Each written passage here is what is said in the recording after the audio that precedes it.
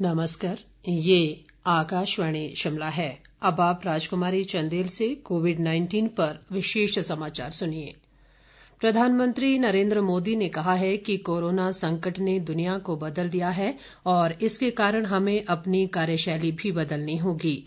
कल नई दिल्ली से वीडियो कॉन्फ्रेंसिंग के जरिए विभिन्न राज्यों के मुख्यमंत्रियों से हुई बैठक में प्रधानमंत्री ने कहा कि अब हमें जन से लेकर जग तक अथवा व्यष्टि से समष्टि तक के सिद्धांत के साथ जीना होगा। उन्होंने कहा कि हमें नई वास्तविकता के अनुरूप ही योजना बनानी होगी। प्रधानमंत्री ने कहा कि कोरोना के लिए वैक्सीन या कोई अन्य समाधान मिलने तक सबसे कारगर उपाय यही है कि हम परस्पर सुरक्षित दूरी का पालन करें।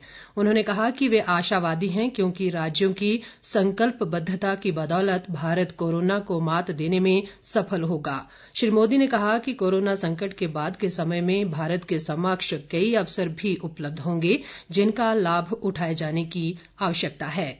उन्होंने कहा कि 2 गज की दूरी बनाए रखना जरूरी है और रात में कर्फ्यू जारी रखने के कई मुख्यमंत्रियों के सुझाव से भी लोगों में एहतियात बरतने की भावना बनी रहेगी।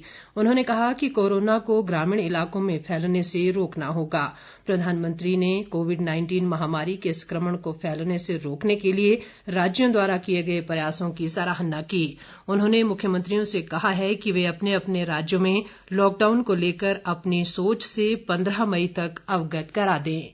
मुख्यमंत्री जयराम ठाकुर ने प्रधानमंत्री से वीडियो कॉन्फ्रेंसिंग के दौरान कहा कि राज्य सरकार ने बाहरी राज्यों से आए लोगों के लिए क्वारंटाइन के नियमों का सख्ती से पालन सुनिश्चित करने के उद्देश्य से जियो फेंसिंग ऐप विकसित की है। जयराम ठाकुर ने कहा कि कोरोना महामारी के दृष्टिगत प्रदेश में लगाए गए लॉकडाउन से प्रभावित प्रदेश की आर्थिक गतिविधियों को आरंभ करने के लिए विभिन्न कदम उठाए जा रहे हैं। उन्होंने लॉकडाउन अवधि को बढ़ाने का समर्थन करते हुए कहा कि देश के विभिन्न भागों से हिमाचल आए हजारों लोगों की टैलेंट मैपिंग करने का निर्णय लिया है जिससे उनकी सेवाओं का उपयोग प्रदेश हित में किया जा सके। मुख्यमंत्री ने आगामी सेब सीजन को देखते हुए दिल्ली की आजादपुर मंडी में बागवानों को उनके उत्पाद बेचने की सुविधा प्रदान करने के लिए वैकल्पिक व्यवस्था करने का भी आग्रह किया। उन्होंने कहा कि राज्य सरकार ने शहरी क्षेत्र के हर घर में 120 दिन का अकुशल रोजगार सुनिश्चित करने के लिए मुख्यमंत्री शहरी आजीविका गारंटी योजना शुरू की है। जयराम ठाकुर ने कहा कि पर्यटन उद्योग में सुधार के उद्देश्य से 6 महीने की अवधि के लिए बिजली मांग शुल्क को खत्म करने का निर्णय लिया गया है। इसी तरह आबकारी व कराधान लाइसेंस शुल्क को माफ किया गया है और बार का लिफ्टिंग कोटा प्रो राटा के आधार पर होगा।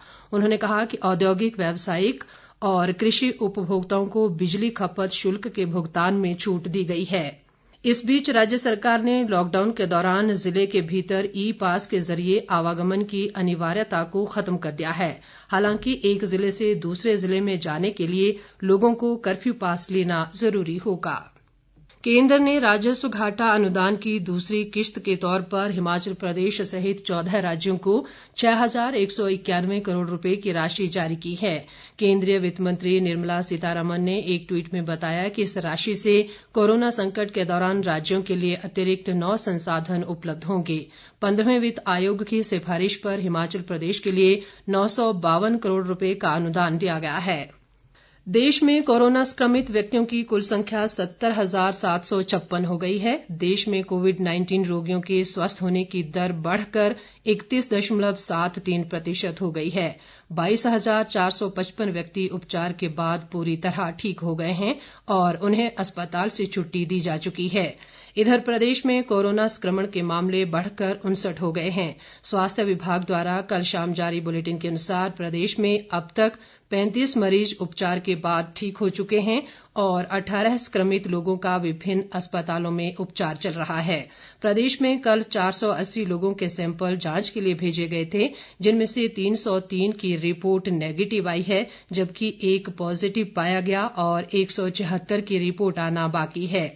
प्रदेश में अभी तक 11,267 लोगों की जांच की गई है और कुल 21,628 व्यक्ति निगरानी में रखे गए हैं। 7,345 ने 28 दिन की निर्धारित निगरानी अवधि पूरी कर ली है। इस बीच हमीरपुर जिला उपायुक्त हरिकेश मीणा ने स्पष्ट किया है कि जिले से कोविड-19 संक्रमण का कोई नया मामला सामने नहीं आया है। इसके साथ ही ये समाचार बुलेटिन समाप्त हुआ। हमारा अगला विशेष समाचार बुलेटिन आप सुन सकते हैं दोपहर 3 बजे। नमस्कार।